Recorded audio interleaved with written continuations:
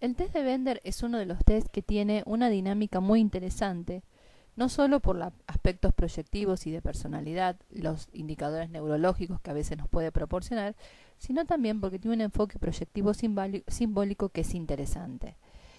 En este caso, el material que compartimos presenta estas características. La lámina 3 choca con la lámina 6.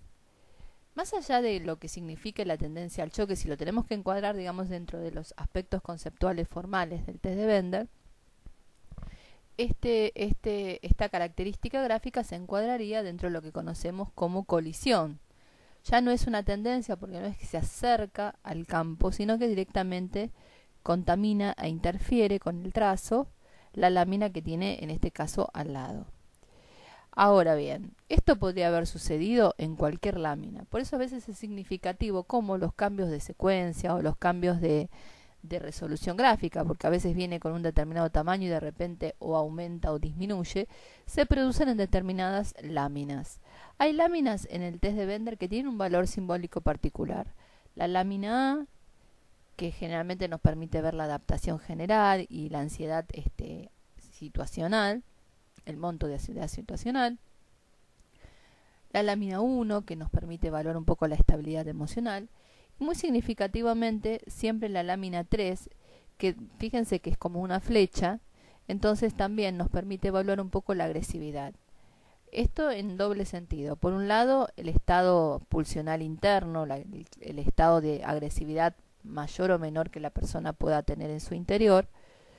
Y esto después lo veríamos, por ejemplo, con el grado de agudización o de anulación de las angulaciones. De todas las láminas, junto con la 2, es la que tiene mayor posibilidad de modificación en las angulaciones.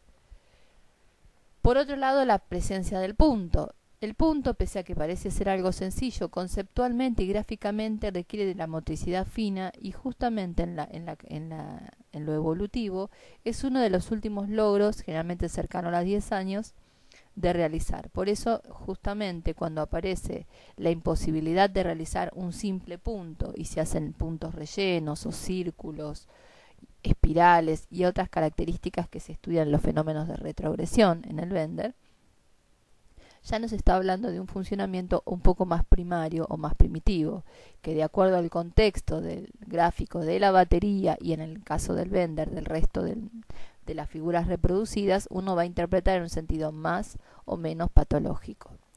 La lámina 6 tiene asociación con la estabilidad emocional, pero más que nada es como si fuera un mini test de emocionalidad.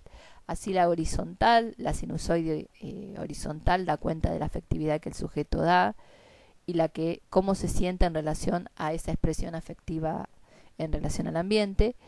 Y la superior, la que la cruza, la tangente, tiene que ver más con la emocionalidad en cuanto a cómo vivencia lo que recibe. Si siente que recibe poco, siente que recibe mucho. En este caso lo que podemos ver es que justamente con la horizontalidad invade la figura 3, por lo cual hay un conflicto entre los sentimientos y las necesidades más primarias, como es lo que tiene que ver con las descargas agresivas. Además, la 6 también está desbordando el margen derecho, como también lo han hecho otras figuras, por ejemplo la 5, la 4, la 1 y la 2, que se hacen de lado a lado.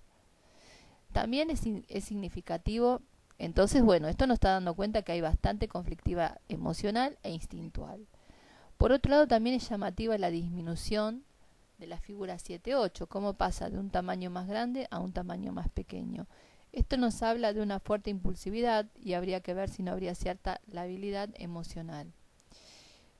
También es llamativa la dificultad de angulación en la figura 2.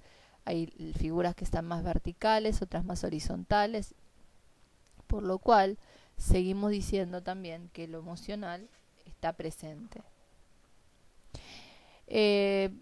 Este material, esta audioclase, la idea que tiene es justamente de transmitirles cómo también, más allá del enfoque formal que siempre hacemos, el psicopatológico, para detectar a veces si hay alguna anomalía o alguna disfunción orgánica, neurológica, también es importante como valor simbólico y como valor proyectivo. Además, también podemos ver que la organización en este material no es buena. Hay más de un cambio de secuencia. Sabemos que cuando ya supera los dos, la secuencia más de irregular empieza a ser confusa, es decir, donde esto implica que hay un intenso grado de ansiedad. No obstante, la ubicación de la figura 6 arrancó, más allá de que está un poco corrida del margen ideal, pero está dentro del cuadrante superior izquierdo. La distancia con la 1 es moderada, en la 2 aumentó significativamente y después empezó a amontonar todas las figuras. El cambio de la 3 a la 4 también puede mostrar el impacto de lo emocional y lo agresivo, que simboliza la lámina 3, por lo cual esto ya da cuenta de una latencia de impulsividad. Tomemos en cuenta también que todo lo que es final de hoja, y en este caso son las figuras 6, 7 y 8, las últimas en consignarse para reproducir, da cuenta justamente de aspectos más genuinos y más inconscientes, mientras que las figuras que se colocan en los ángulos en la parte superior de la hoja hasta la parte central siempre están respondiendo a aspectos más conscientes y controlados de la personalidad y del psiquismo del sujeto analizado.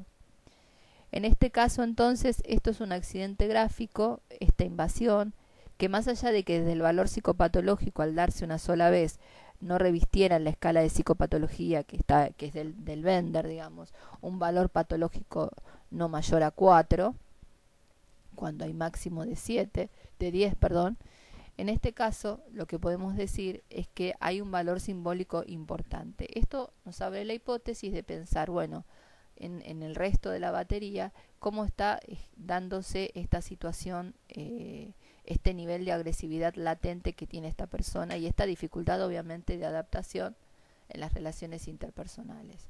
Por ejemplo, un buen test para testear esto sería el test de Bender, el test desiderativo, sobre todo en la resolución de las catexias negativas, y el test de Philipson o de las relaciones objetales, en donde justamente estudiamos la matriz vincular. Obviamente la mayor dificultad en este protocolo es en el área interpersonal.